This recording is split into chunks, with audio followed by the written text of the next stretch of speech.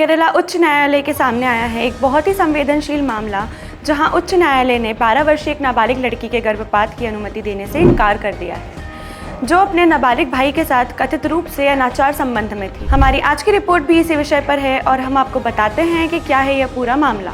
नमस्कार, मैं आरुषि शास्त्री स्वागत करती हूँ आपका UBE न्यूज़ में, जहां हम न सिर्फ खबरें लाते हैं बल्कि उनका बारीक और सटीक विश्लेषण भी करते हैं। केरल हाईकोर्ट ने 12 साल की लड़की के गर्भपात कराने वाली याचिका को खारिज कर दिया है। कोर्ट का कहना है कि भ्रूण 34 सप्ताह का हो चुका है, इसलिए इस स्तर पर गर्भपात कराने की मंजूरी नहीं दी जा सकती है।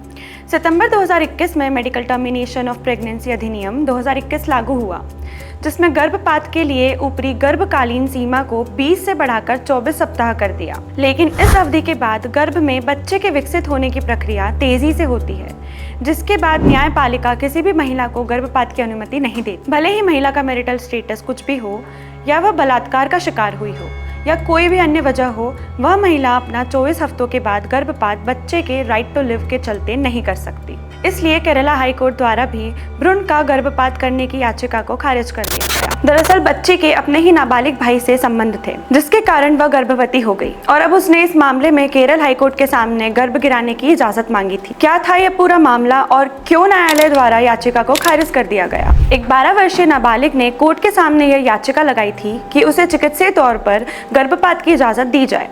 इस मामले में केरल हाईकोर्ट ने बच्ची के गर्भ की जांच के लिए एक मेडिकल बोर्ड के गठन का आदेश दिया था।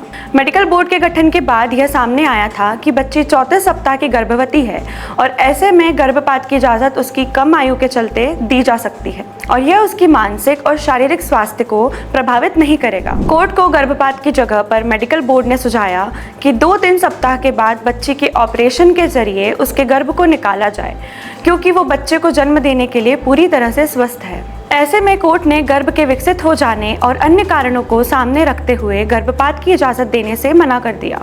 अदालत ने कहा कि भ्रूण 34 सप्ताह का हो चुका है, पूरी तरह से विकसित हो चुका है और गर्भ के बाहर जीवन के लिए तैयारी कर रहा है। इसके अलावा यह भी कहा कि इस स्तर पर गर्भपात संभव नहीं है और सिजेरियन सेक्शन या नॉर्मल डिलीवरी के जरिए बच्चे का जन्म होगा। इसका फैसला चिकित्सा विशेषज्ञों पर छोड़ दिया गया है। हालांकि माता पिता ने तर्क दिया कि बच्चे को जन्म देने से लड़की के शारीरिक और मानसिक स्वास्थ्य पर गंभीर असर होगा।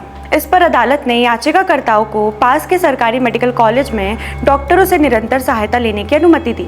न्यायमूर्ति देवन रामचंद्रन ने नाबालिग लड़की को याचिकाकर्ताओं या माता पिता को हिरासत और देखभाल में रहने का निर्देश दिया।